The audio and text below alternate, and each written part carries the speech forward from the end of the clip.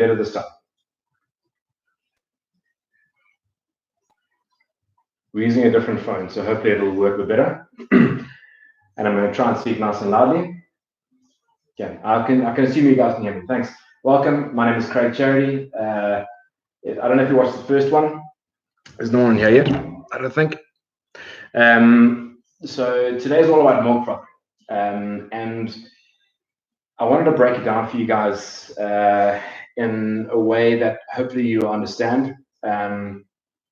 But yeah, milk is not that difficult. Sorry, give me a sec. Okay, so again, this is a home video. It is going to be pretty impromptu. Hey, whoever that's on YouTube. Okay, so milk.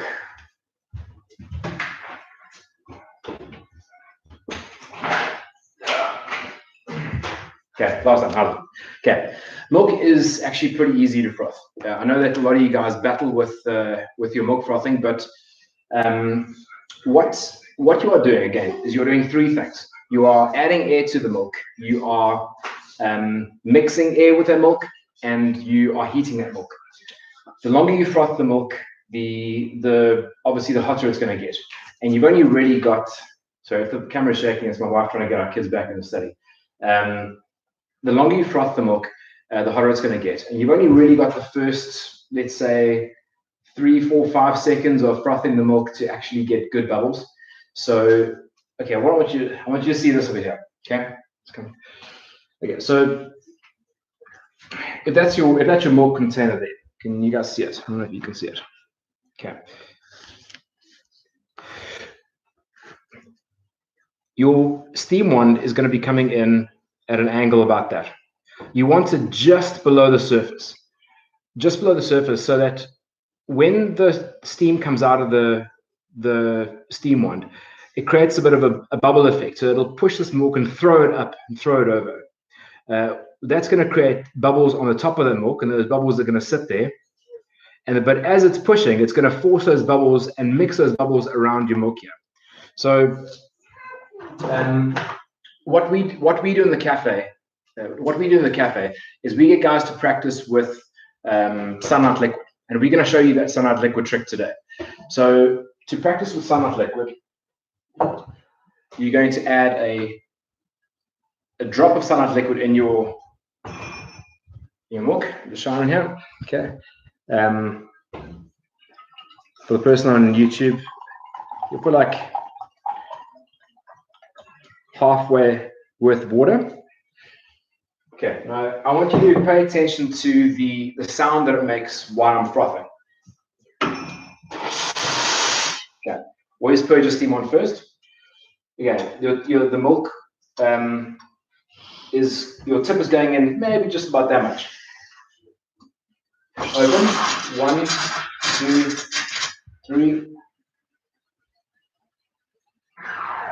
You hear the sound at first? The first 3 seconds was adding bubbles to the surface. So it is quite quick frothing on this machine. Okay, this is sort of what this is what it'll look like with milk. I know it's not great, and obviously not going to drink it, but it is just going to help you guys practice. So yeah, today is going to take a bit of practice. So once you guys have got the basics from the video, you can just literally go and waste like 5, 6, 7 liters of milk practicing, and that's the only way you're going to get really good at it. So okay, let me make a coffee, and I'll show you using actual milk. Okay, if you missed the first video, the recipe I use at home is about 17 grams of coffee in the basket and about 34 grams in the cup.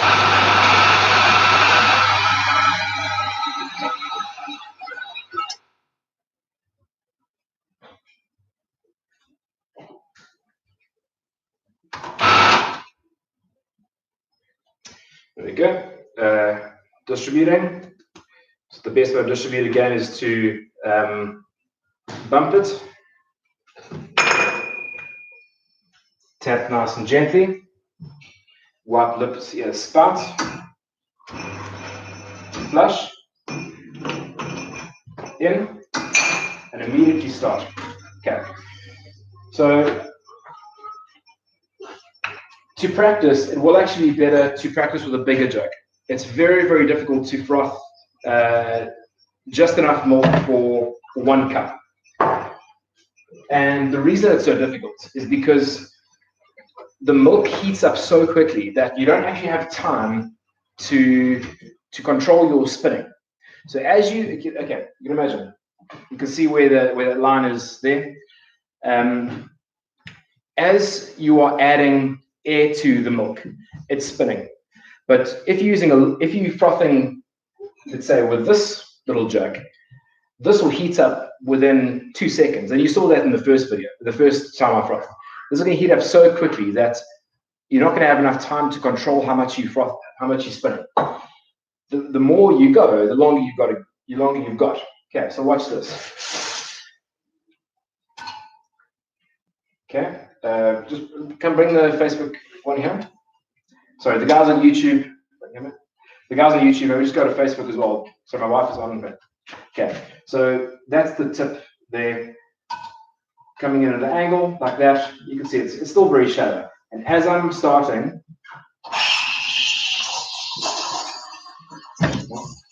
okay, you can hear that? That's the sound is the adding bubbles. Still adding bubbles, still adding bubbles, still adding bubbles. Okay, taking a little bit deeper by lifting up the jug.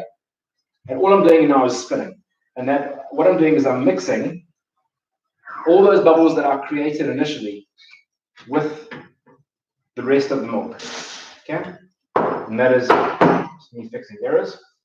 So if you can imagine, you've got all these like bubbles sitting on the surface there. You need to mix those bubbles back in with the milk.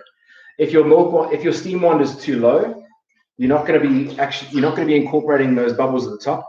You're just going to be mixing the bottom. So by having the steam wand just below the surface, not so high that you are creating more bubbles, not so low that you are missing out the top, but high enough that you are creating a bit of a swirl, and you'll see the milk will start folding on itself. That's sort of what you're wanting. Okay, so I'm going to show you guys. Okay, immediately, if you watch this, look how quickly the milk is settled. So I'm just folding this milk over here to mix it. Okay, this milk is really perfect. Okay, so it's quite thick.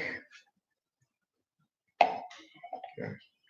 Not the greatest, but yeah, that's sort of the consistency I'd want. You want that? Okay, you can have that.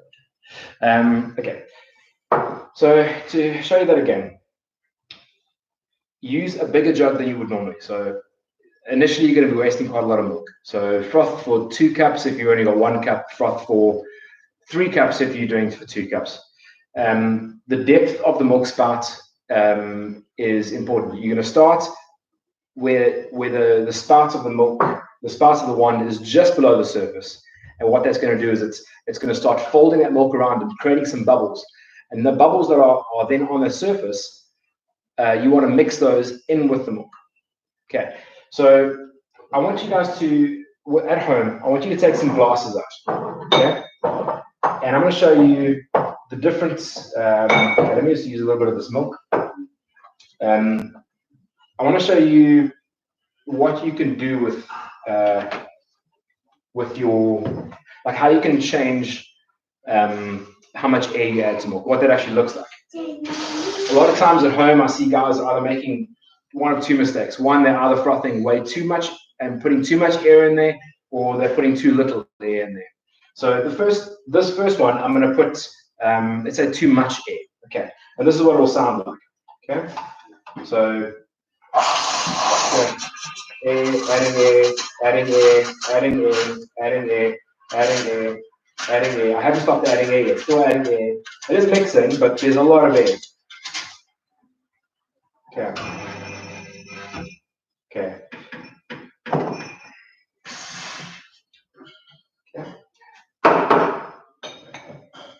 Okay. check this. Don't know how good milk is at plants. Okay, the next one. I'm going to do as if you're not adding nothing. Okay, so this is when your one is too deep in the milk the whole time, and you can actually hear a difference. You hear that.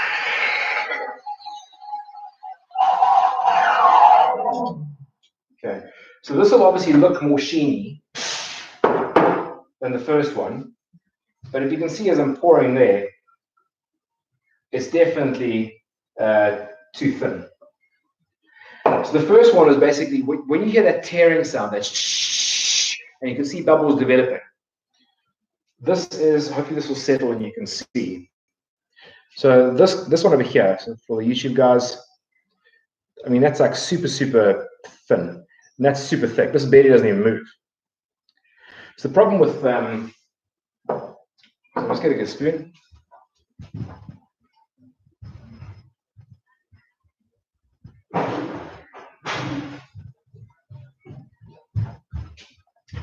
The problem with this one, it's too thick, is that, I mean, it looks all great, but this will be too airy. It's not going to give you like that creamy texture that you're wanting. It's going to be very like airy and bubbly in your mouth, not very dense. I don't know if you can see it, but I mean, that much of the bottom is milk and the rest is pretty much foam. So if you're looking at if you're trying to make a cappuccino, you're wanting about 1 centimeter to 1.5 centimeters max worth of foam. Any more than that, it starts becoming a bit unpleasant. Thinner than that, you're going into flat white territory. This is definitely way too thin. If you look at, I mean, it's like a Guinness thick foam on top there. Look here. That's all milk right there. I mean, there's almost no foam. So again, okay, so how I did those two ones. The first one that was too thick, I added too much air. I kept on lowering the jug, which was making bubbles form on the surface. And again, so also when you're adding bubbles to milk that is already warm, those bubbles are going to be a lot bigger than if your milk was very cold. So keep your milk in the fridge like super cold. The colder your milk is, the longer you're going to have, to mix that milk, because obviously you're wanting to stop at like 65 degrees maybe, and you might have added your air up where you might have finished adding your air by like 35 degrees, 36, 40 degrees. So you've got 25 degrees maybe of mixing. If your milk was colder, you could have finished adding your air at like 25 degrees, and you've got another 10 degrees worth of mixing, and your milk can be super, super thin, super silky. Okay, so let's make a coffee in these two, and I'll show you what it looks like with milk that's, let's say, too thick and milk that is like just right.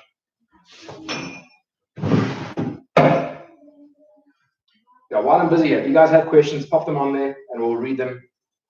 Okay, you got a question? Yeah? Is there a way to do a decent milk froth without a steam wand?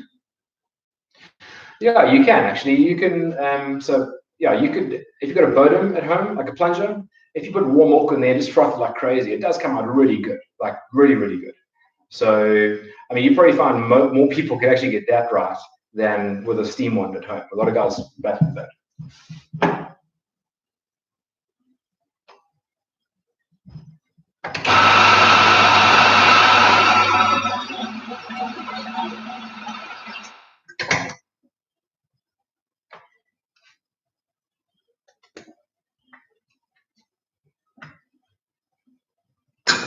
Another tip is that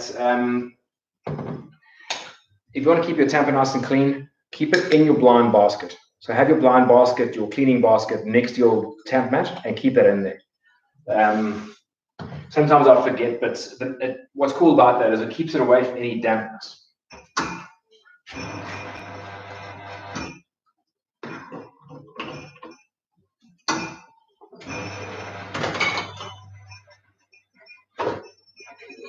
On the comments, just put in like if you guys milk's great, put great. If you think it's too bubbly or too milky, let's just see what people come back with.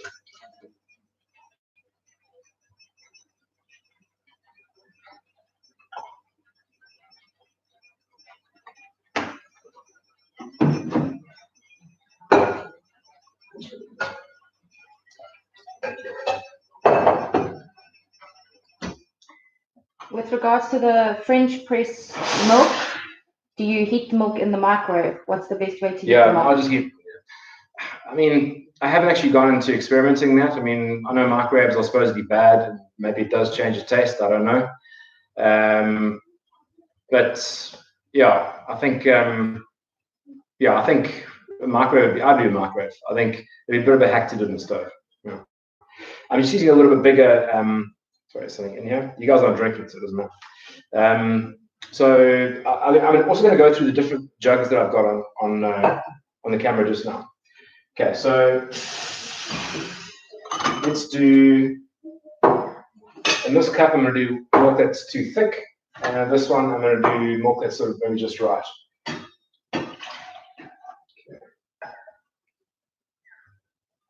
Okay, so too thick is going to be when I'm adding air for too long. Again, okay, so for this, I'm only really wanting to add about, I'd say maybe 3, if that. So I'm going to add like 6 or 7 seconds worth of air over here. Okay, also, when you guys are frothing, you really want your steam to be able to fold your milk around. I find a lot of guys, when they're steaming, they don't actually open the steam properly. They sort of don't quite know what they're doing, so they will just open like this. They don't open enough. And what that does is you're adding air by doing that, but there's not enough power in that steam to actually start folding that air in your milk. So get into the habit of going pretty open with one movement. You don't have to go all the way. That's doing nothing. So there's only a really, literally from there to there, open and close. So from there, all the way open, all the way closed. Okay. So again, okay, I'm gonna do like 6 or 7 seconds worth of air here. Okay. 1, 2, 3, 4, 5, 6. Okay. Again, this machine has got a lot of pressure, so it is frothing really quickly. If you guys have got like maybe single boiler machines, if you've got a Breville, if you've got heat exchanger machines, also with like less holes here, it is going to take a lot longer. Okay, so this immediately will maybe look good. But I want to leave it here and show you the difference. Okay, it's fairly sheeny. Okay, I'll show that to you now. Okay, and this one, similar volume. I'm gonna steam the milk and add air for about maybe 2 or 3 seconds.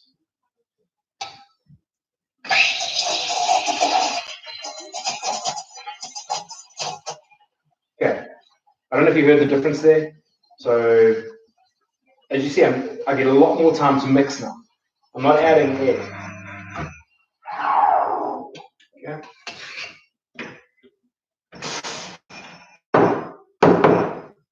Okay. So, these glasses were sponsored to me one year when I was doing Good Food and Wine. Okay, so I'll get my wife to tilt the camera down there as well. But if you should look down here, look at the different textures. Okay, just tilt that down. We'll tilt the laptop up. I will show that. Okay, there. So if you can see the difference, this one is like way more sheeny. There's more reflections on it. This one's more dry. Okay, so if you look there, let me show this one. Okay, look at the depth of foam in these two. So this one is settling. This one's settling about over there, and it is a narrower glass. So it is. I mean, it would probably lower down for this one. This one's settling almost halfway. So the problem with this though is it's going to taste like it's going to be very, very dry. Not going to be great. This one the foam will start to sort of go a little bit higher, and this is probably what you want a cappuccino to be. Anything thinner than this is going into flat white territory. but yeah, that's pretty much the basics of milk frothing. So next time you make a cappuccino, make it in a glass and look at your milk depth. If your milk depth is anything more than about 1.5 centimeters, then start adding less air in the beginning. If it's anything more than that, yeah, so if it's anything less than that, and if it's literally just like what I showed you in the first glass, where it's like maybe that thin, you need to add more air in the beginning of your milk. Okay, cool. Question. What home machines would you recommend? Home machines, yeah, price bracket would determine that. In terms of like your sort of domestic machines, ones that are like Breville, KitchenAid. I think I like the KitchenAids because they're made better. But so your home machines come in sort of one of two different categories, maybe three categories. The first category is a single boiler dual use. So a single boiler dual use would be your Breville, AG, most of those where you've got sort of, you can make espresso, but then when you want to steam milk, you've got to flip a switch over and wait for it to heat up and then steam milk. So how that works is you've got one boiler that has got two thermostats on it, and the thermostat's either set at like 94 degrees, 95 degrees, and you making espresso, or you flip it over to the one that's like 125 degrees, in which case you'll be in making enough vapor to steam. So in that category of machines, the Rensselaer Sylvia I think is probably my favorite, just because it's one of those domestic single boiler dual use that you can actually service. Like there's nice screws you can get to. Things aren't like held together with plastic panels. So I'd probably go that route. KitchenAid's quite nice. It's a lot heavier, sort of better components. A lot of the ones you buy from general stores are not made to last. They're made to last like 5, 6, 7 years, and that's about it. As soon as you go from that into maybe your prosumer machines or like light commercial, you're going into your rockets and expo bars, and that's your heat exchanger categories. So that's where you've got a boiler. So a lot of the times you'll have a lot of those machines actually have a horizontal boiler. Rockets horizontal. A lot of them have a vertical boiler. So it'll be half full of water. I'm an optimist, and there'll be a tube in that boiler, like a tube in the boiler going to your group it. So when you let water come out of your group it, it's not the boiler water that's coming. It is water that is going through the tube in the boiler, getting hot by heat exchange and coming out. Okay. So with those machines, you don't have to flip a switch and go, I want steam now, or I want to make espresso now. It's doing the same. It's doing both of those at the same time. The problem is it's not going to be as consistent as maybe the single boiler dual use for the espresso, or it's not going to be as consistent as a double boiler, where it's literally got one boiler for brew water, one boiler for your steam. So, and it's a long answer, but yeah. Something along the lines of heat exchange, like an E61 or an Isomac or a rocket. Which one would you recommend? Okay, first of all, you have to understand. Okay, so E61 is named after. Okay, so a company called Fiamma in 1961 made the first ever pump-driven machine, and that was the E61 Grouped. I think it was named after an eclipse that year, and it was pretty much everything before that machine. It was piston-driven lever machines.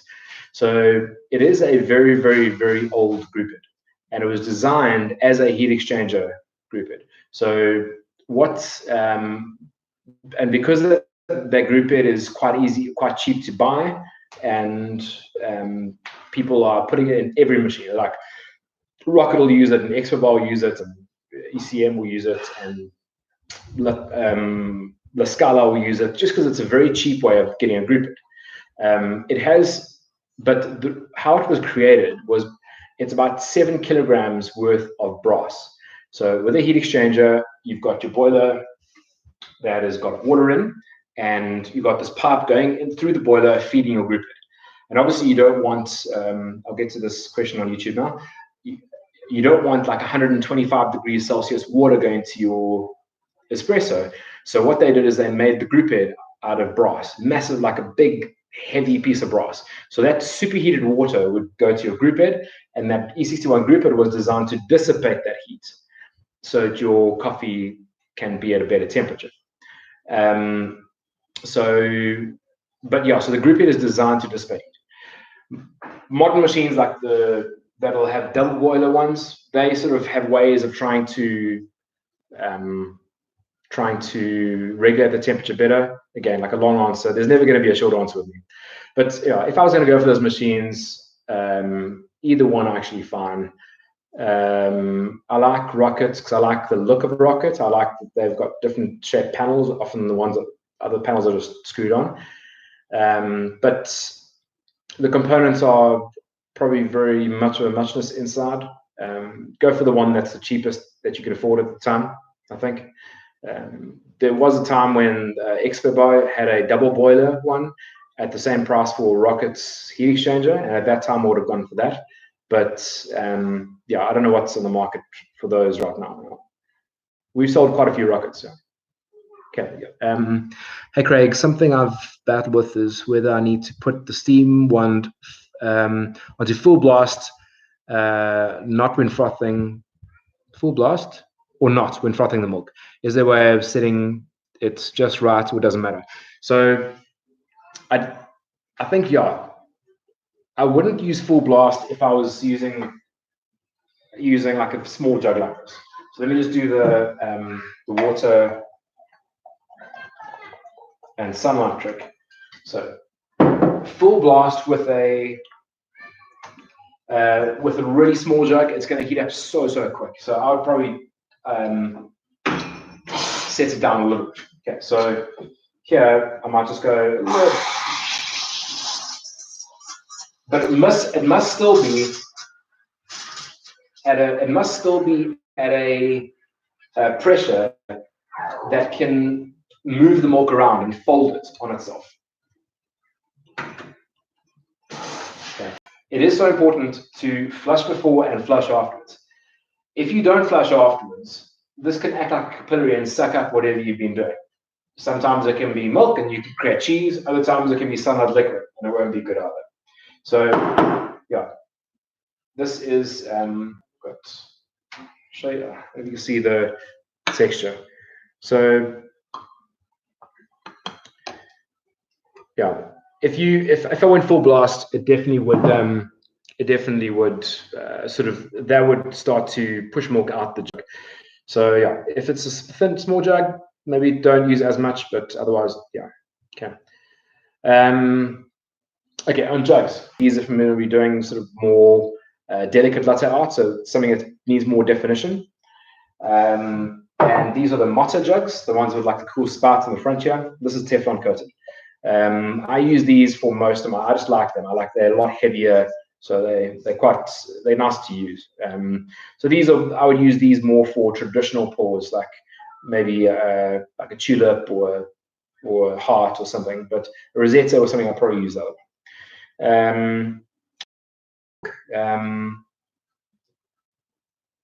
What else?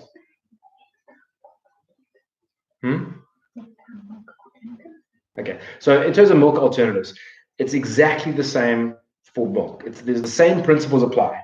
You are heating the milk, you are adding air, and you are mixing it. So when you're using milk alternative or whether you are using normal milk, it's the same. So if you are unhappy with your milk-based drink, are you unhappy with the heat? If so, heat less. If you are unhappy with the texture, it'll be one of these other two. It'll either be too much air or air not mixed around enough. So this was the sort of the good one I did. Okay, that's sort of just the right amount of air in your milk. Okay, if you were happy with the amount of air, but the problem is it's when you pour on it, it's like it pours liquid, poof, foam. That means you didn't mix it enough. So what that'll be is that you might be adding the right amount of air, but your milk wand wasn't in the right spots, or there wasn't enough force in the steam wand to sort of fold that. Because you basically would, it's almost like kneading dough. So once you've got your air in there, you need to sort of, that air needs to be folded around and around and around. So everything that's in here isn't like milk and foam when you finished. It's like milk and foam everywhere. It will start separating. But yeah, that's it for today. I'm gonna wait for like 30 seconds for questions. Otherwise, we're gonna cut it. I'm gonna do another one of these in like 2 days' time. So is that Monday? So Monday, Tuesday. I don't know. I'll let you guys know on Facebook, and that'll be about basic latte art for home. So yeah, we'll be covering sort of a heart and a tulip and maybe a rosetta. Okay, so if there's no questions, it was great being with you guys today. I hope Facebook could hear better. We've used a different phone. My phone is buggered. But yeah, appreciate it. Thank you. Have fun, and let me know with comments on the YouTube video or the Facebook post about how you guys did. Okay, what was that? Okay, cool. Bye-bye. Cheers, guys.